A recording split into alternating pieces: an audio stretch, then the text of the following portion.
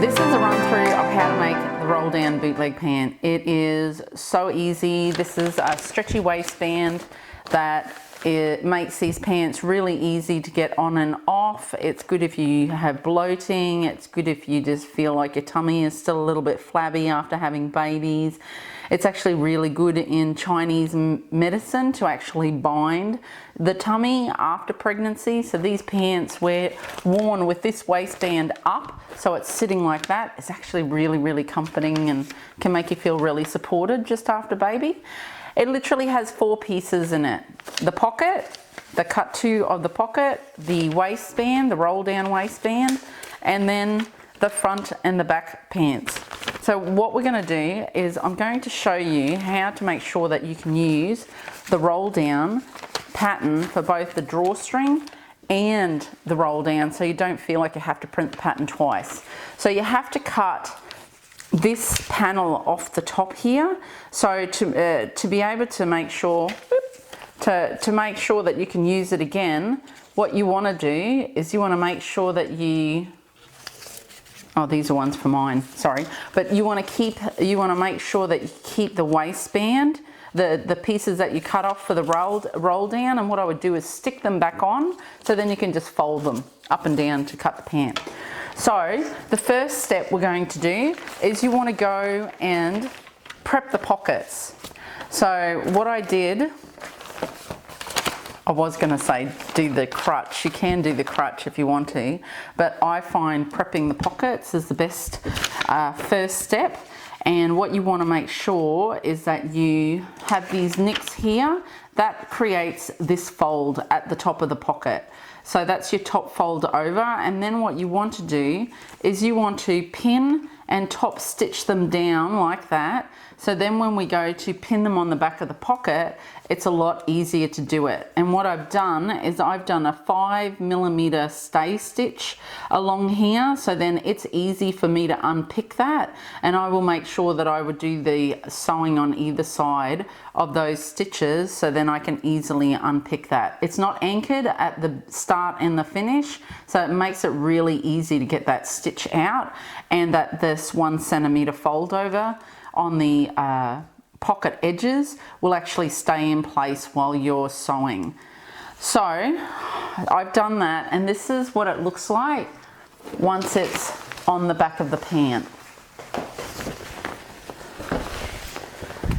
So you have on your back of your roll down pants for your back, you will see some little pinpoints.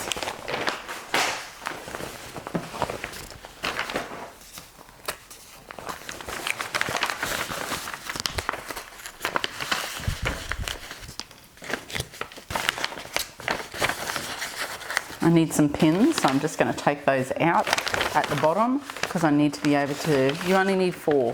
So what you want to do is you've got these little pin marks here. Now this is an extra large size that I'm making, so we're going to use the same technique that we did on the darts for the badass work dress to make sure that you keep your pins in the right place, both sides. You want to do that both sides of that pin. So then when you go to mark your pockets in place, you've got a pin there that you know is the right marker for the top of your pocket. Now we can take the rest of these pins off.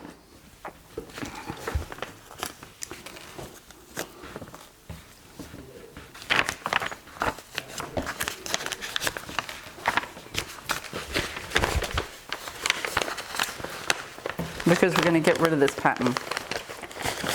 Make sure it's off. Okay.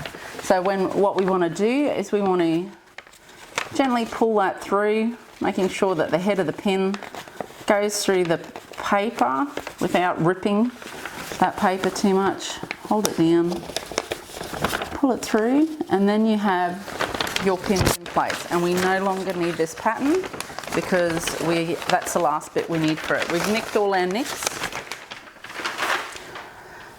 So now what you have there is the points of where the top of the pockets need to be pinned. So to make sure that they stay in the right, you pull it apart like that. Isn't that a cool hack? I love it. Make sure your pins stay in That one almost slipped out. And then what you want to do is pin your pockets in place. So I've left the pins from where I did the stay stitch because I knew I'd need those pins again. So I'm just going to pin the pockets onto the back of the back panels of the pant. So you want to make sure you put your top corner in there. And you just want to pin that in place, and you want to pin it in a way that actually keeps, that you can leave the pin in while you're sewing. And then you want to check where your other pin is. Right, your other pin's down there. Just check that. Line that up. So that's your first pin. And take that one out. And then I want to pin that way. Now, as you'll notice, it's kind of close to the seam, and you want to keep it close there. Not too close, but you want to kind of keep it close because it's actually very flattering to have it more over towards the centre bum rather than out that way. Don't ask me why, just after seeing it on so many women, trust me, this location is correct.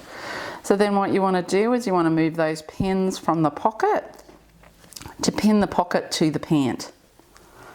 Pin the pocket to the pant. Say that 10 times really fast. Right. And then that one's been pinned in place, so that one's not going to move. And that's ready to go and sew. So then the next step we'll do, sewing wise, we will sew this onto the back, and then we will join the front and the back, the two back panels together at the crutch, and then we'll join the two front panels together at the crutch and zigzag and overlock it. Then once that's done, we're going to join the front and the back panels, and you're just about 90% done then. So the pockets is the slowest part of doing this pant, but you're gonna love it.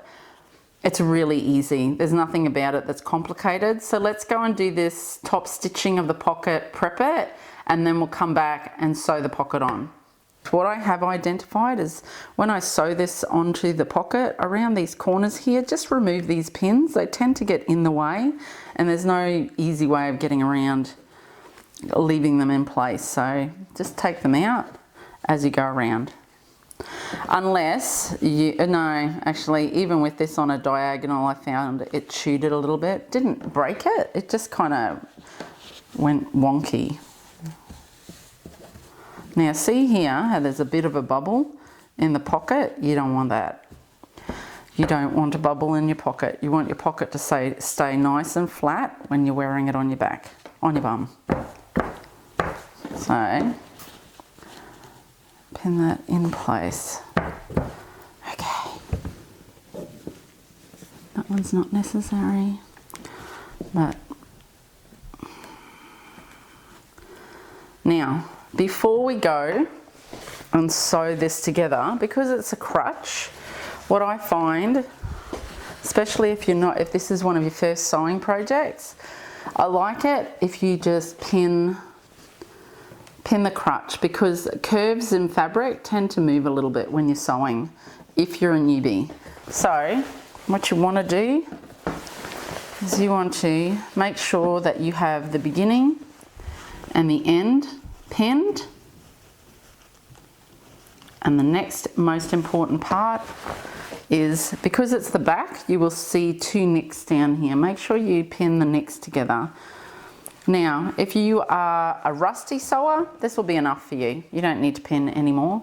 If you're a new sewer, I would pin once in there and maybe a couple down here, just so the fabric doesn't play silly buggers. Make sure these two fabrics are in a line, and then make sure you pin it like that. It's this curve here that's where you're going to have to manipulate the fabric around the corner. So you might want to pin that like that just for confidence. And you want to do the same to the front panel, because the front panel, oops, sorry. You want to do the same to the front panel, because all we need to do on this panel is join it at the crutch. Now, if your fabric is super stretchy or it's got a tendency to fray, make sure you tighten up your zigzag stitch. Like you may not do a 5mm stitch length on your zigzag. You might want to do a little bit closer. You're going to make sure that when you do your zigzag stitch, that your zigzag stitch catches the edge of the fabric like that to stop the fabric fraying anymore. You've done all your nicks, so that's going to be your guides while you're sewing. If you haven't done your nicks, please go around with your snips and do that, because it is a really easy way to sew. So let's go and do, so again, I want to do the beginning and the end. Yes. Beginning and the end. And you want to make sure you pin on those curves.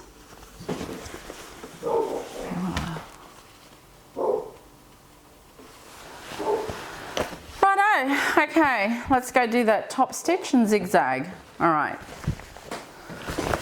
Okay, so now we've done that. We've sewn those on, and we've got the back crutch and the front crutch done. Now what I need you to do is I need you to join the front and the back side seams. The side seams, the left and the right side seams. So I would, to start with, just come down every 10 centimeters and pin it. It's just going to make your sewing that much faster. There is a notch, I think around about here, halfway down in your side seam. You kind of want to make sure that the legs at the bottom, join that, because your pattern should line up quite nicely. And then again, depending on your confidence and the fabric you've chosen, that really does govern how many pins you need to put in, because you want to be able to stitch it without missing or catching both top and bottom side of your thread. You don't want to catch some of it and not all of it, because this, especially this part here that's going to be on your hips, you want to make sure those fabrics are lined up, so then you don't have a popped seam. That's how you get one. Don't line up the top and the bottom fabric properly. So again, do the same down the other side, and you want to do the same in the crutch. The pinning at the beginning makes the sewing more fun.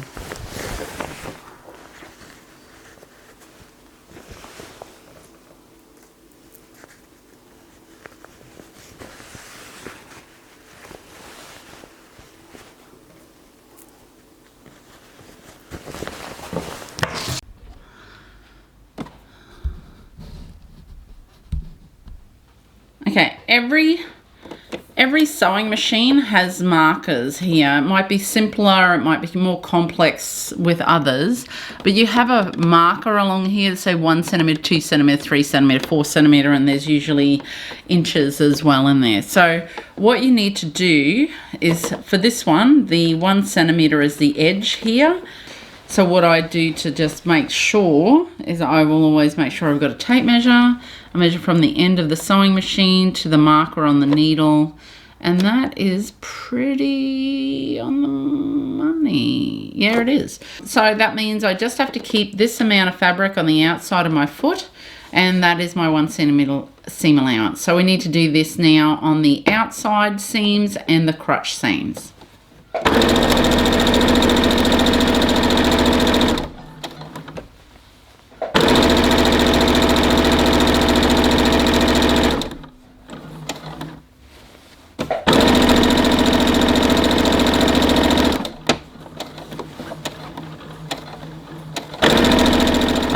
Now we're on to the roll down part of the roll down bootleg pant, and what we're going to do is we're going to do a top stitch here, but my machine has a stitch, the Brother A150 has a stitch on button number 7 that does what, so I've been watching on YouTube because one of my students has put me onto it, and it's really addictive to watch her doing hand stitching.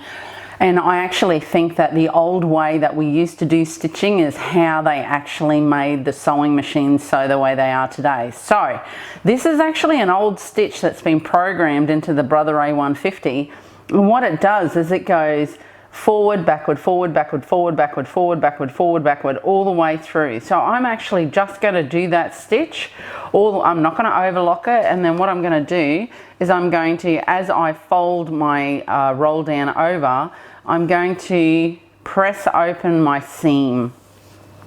When you're doing a seam like that, when you've only got a top stitch, press open the seam, because what that does is that reduces the bulkiness when you fold it onto each other. So what we're going to do is we're going to top stitch down there, and then we're going to fold this inside out to make it a half, like that. And then we're going to stitch that onto the waistband of the pant. And where you do this seam, that's your centre back. And then we're going to ease it in to the top of the waistband. Okay, let's go do that. So what I want to do is I want to put on and I want to put on button number 7. See how it's got 3 stitches side by side, 3 stitches across there? This stitch is a beast, and I think this is perfect. I use it all the time for crutches, and what it does is it saves me the thread for the overlocking thread. The only time I'll use the overlocking thread is if the fabric has a tendency to run and be frayed, but other than that, I just use this stitch because it is such a fantastic stitch. You do not need a serger or overlocker to be able to do this one. Okay, let's give it a crack. You're gonna love it.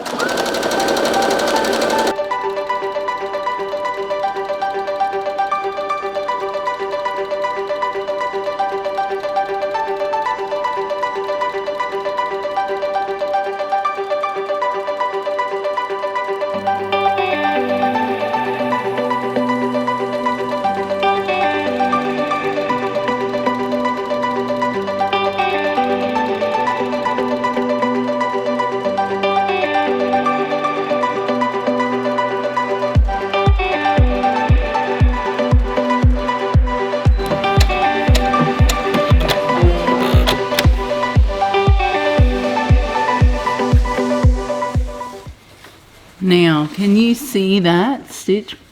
See that stitch there? That part there. See how thick that stitching is. And then if I do that, that is not moving at all, and that's exactly what you want. So now what I can do is I can flatten that stitch open like that.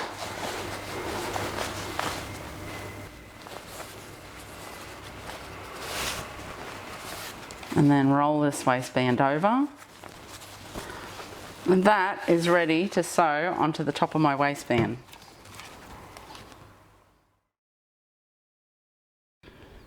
Okay, so I've done this of the waistband, right? So this is the seam of the waistband. Now, for those of you who don't have a serger or an overlocker, I'm going to show you how to do this. Right, so you're going to put your foot down, and then you're going to put your foot down, and then you're going to come over here, and you're going to put your zigzag stitch on. So there's 2 different settings for zigzag stitch. Now you're going to notice that is around about 3.5 wide. You want to bring that down to maybe 2. Let's give it a test drive and see what that looks like.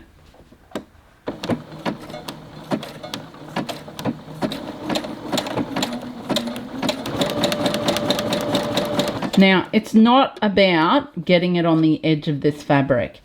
it's about making sure it adds that strength. Like it's got to be like, this is going to have a lot of, this is going to have your belly tension and your hip tension on it, okay? So you want to make sure that is tight. Now that still looks a little bit, so I'm going to go, I have put it onto 1.4 millimeter. And now I'm just going to undo that and have a look.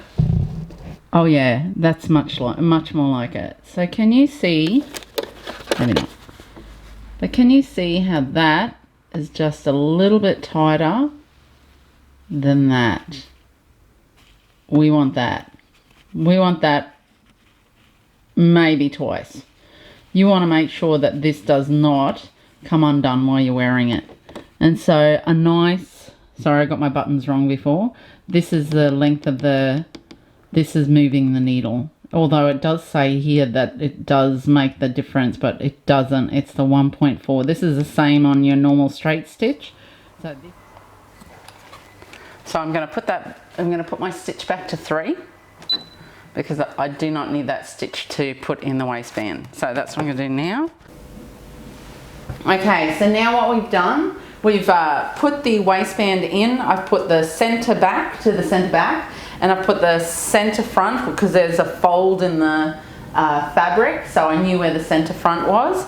And then I've pinned that to the front. We want to sew where, and I've pinned the side seams to the side seams. What you want to make sure is when you stretch your waistband that you don't have too much more than that fabric, because we don't want to have too much gathering from the pants to the waistband, because it's an ease, not a gathering stitch. And so what we're going to do is we're going to gently pull on the top waistband and let the main pant just ease into underneath it. So we're going to have the waistband on the top, the pants underneath. Now, the only variation to the waistband length that I would say you would need to do is if you choose a fabric that isn't a 90-10 ratio, 90 cotton, 10 spandex, or elastin, or, you know, if your pants have got a lot of stretch, you might be able to make the waistband smaller. If your fabric's got a little bit of stretch, you'll have to make the waistband just a little bit bigger so that it gets over your hips. That's the only variation that you'll need to make, is based on the fabric you choose. So this one's a 95.5, but it's got a good stretch ratio. I'm kind of happy to leave it with the measurement that it was in the pattern, but please make those adjustments if necessary. So what we're going to do is we're going to do our 1 centimeter allowance on this as well. I love this stitch. This is super fun and very rewarding. I've made in my time probably around about 3,000, 4,000 of these pants. I just love them. They're easy to make.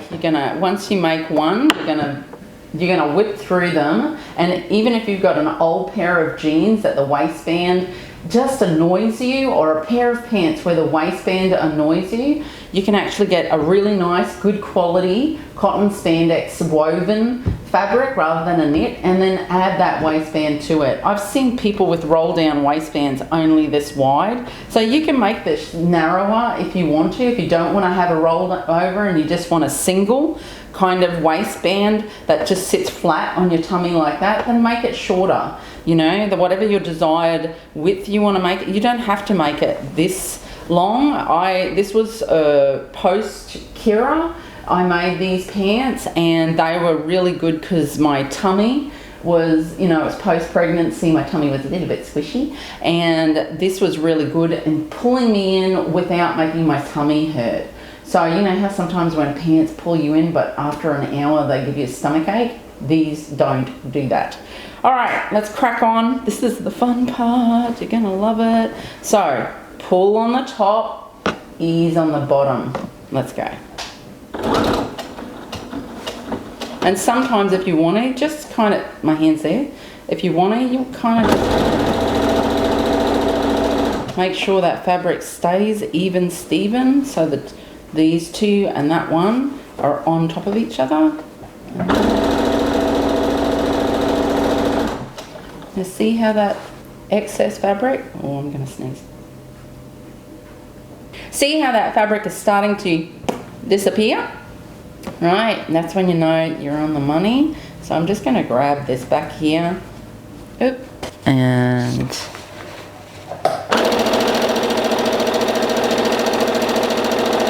so I'm going to take that pin out now because I want a little bit of, I don't want to gather too much from the back to the front, but I just want to make sure I'm eyeballing that and that's not too much.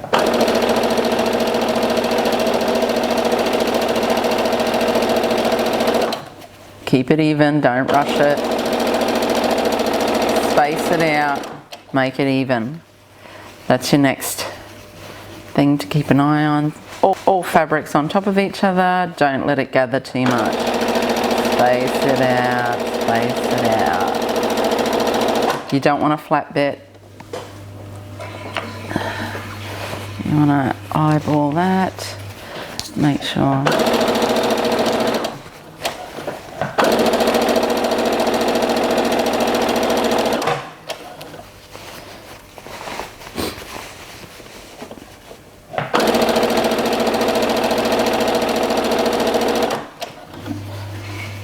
I'm going to take this pin out because I want a little bit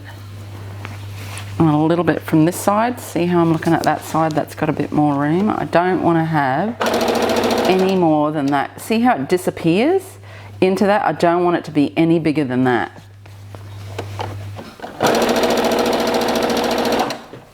Now my last part.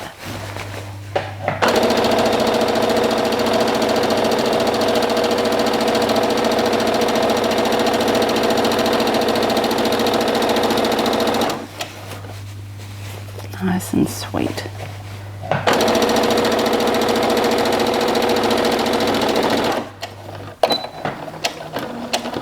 Now these pants are for my sister-in-law. She's one or two sizes bigger than me, but she's had 7 babies, gorgeous babies who I love to bits. Anyway, she really loves these pants. So that's how it looks finished. And once you actually roll this down on that, that's what you see. That's the top of your pants. It's really cool. So this is enough stretch to get over her hips, and then it's going to roll over really nicely. Now all I have to do is finish that waistband with an overlocking stitch. If you don't have a serger or an overlocker, I would change to your zigzag stitch and finish that off that way. And that is it for the waistband of the roll down pants. Now for the hem, if you do not have an overlocker, you don't have to zigzag or anything this hem. What we can do is we can turn it once, and so it's got a 2.5 centimeter allowance. So what you're going to do is you're going to halve that, and then you're going to fold it again, and then you want to top stitch that all the way around. Make sure you measure it so that it's got the same height. So it's going to be 1.2, 1.5. You can go to 1.5. You can leave it at 1. I would go for 1.5 in it, and then what you will do is you will make this nice hem without having to do, so that's a 2.5 centimeter finish, that one. So that's 5 centimeters in your hem. So I would try it on first, see if you can do that, and then if it's going to still finish the right length, and then that's going to govern how big your hem is on the bottom. And remember, you don't need it a lot. You don't want it too small. You want it to be at least 1.5 centimeters. So that one there, that's 2 centimeters. Like that finish there is 2 centimeters. So do something you're happy with that's actually going to make sure this is tucked in, folded over, and top stitch. So you don't have to do anything to finish that edge of fabric. It is a stretch, so it's not going to fray like a woven would. All right, okay. Let's, I'll finish it off, and then we'll have a look at you'll see the finished product.